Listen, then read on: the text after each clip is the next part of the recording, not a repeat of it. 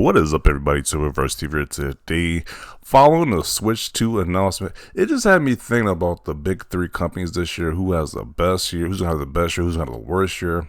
And it's seeming by far that Sony is going to have the worst year for 2025 because exclusive-wise, they got two games coming out. Ghost of Yoti, which I'm looking forward to that game. I enjoyed the first one, but I don't think it's going to be as great as the first Ghost of Tsushima game. Then we have Death Stranding 2. Didn't play the first one. Another game has a cult following, but I'm not too excited about Death Stranding 2 if I'm being honest. What else do they have? Oh, I think that's it, exclusive wise. They have a lot of movies coming out. Some movies that you can check out and TV shows. They got Last of Us Part 2 TV show and Until Dawn movie. I think even Horizon movies coming out this year. It's like no exclusive games. So Sony probably has the weakest 2025 lineup. Xbox has a lot of exclusives I'm looking forward to. They got Avowed, which is coming out next month. I'm looking forward to that one. Indiana Jones comes to PlayStation, which PlayStation is getting Xbox games now, which I guess that pads up their pitiful list on PlayStation. They're getting Indiana Jones.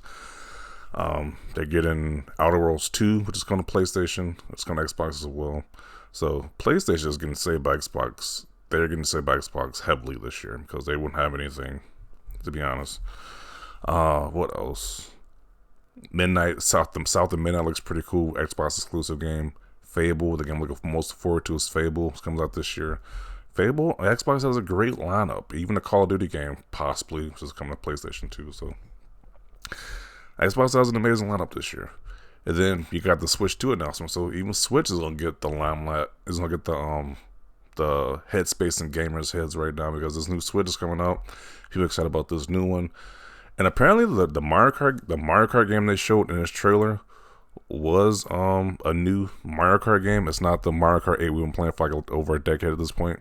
It's a new Mario Kart game. So, people gonna be trying to get this new Nintendo Switch 2, playing the new Mario Kart game, playing the new Pokemon game.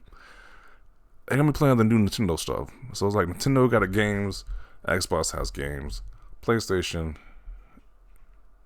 TV shows. It's just crazy. This year is just wild. But yeah, I think if I had to rank the big three, I'll say Xbox number one with the exclusive content. Then Nintendo. Well, it's interchangeable because Nintendo has a new system coming out. That new system is gonna get people hyped. So it's interchangeable between Xbox and Nintendo at this point because Xbox has a lot of exclusives I'm looking forward to, while Nintendo has a brand new system coming out. PlayStation is just like twiddling their thumbs, doing nothing. Giving you TV shows. They're big focus on TV shows, which is crazy.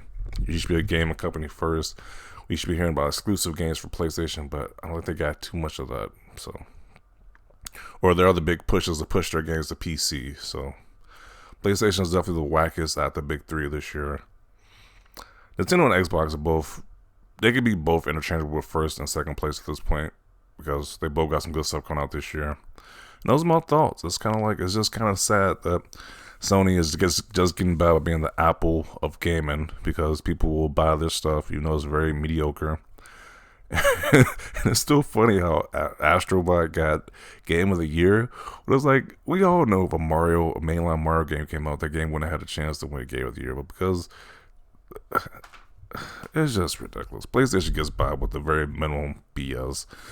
That they actually had competition, like a new Mario game that wouldn't have had a shot of winning anything. But PlayStation just get by, not having to do too much, and their fan base is gonna eat it up.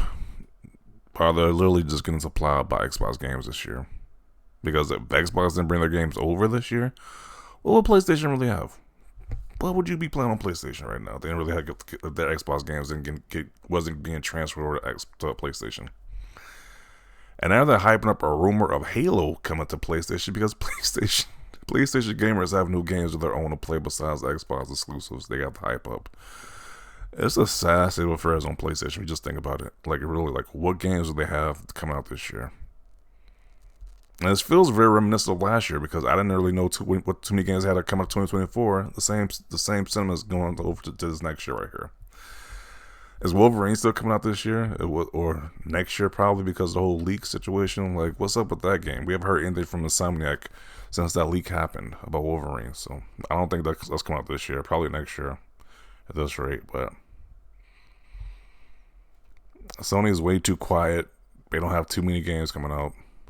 They're just the wackest out the three right now. Xbox and Nintendo are doing great things. PlayStation just isn't. But you know, PlayStation's so ridiculous about a console, so that's all we care about apparently. Not exclusives. But I digress. I'm gonna conclude it right here. Xbox, Nintendo, definitely doing great jobs this year. Sony is just being trash as usual. But you know, they're the market leader. They sell the most consoles. You know, they have to deliver too much. It's just getting embarrassing that we really put Sony as the market leader. That you guys put Sony as the market leader when they're doing the very least to maintain that position. To be honest, like Nintendo, Xbox are innovating with new stuff. PlayStation really isn't. They really aren't. It's just sad. But I'm gonna conclude it right here. Definitely want to see your thoughts down below about this. My ranking of the big three companies this year.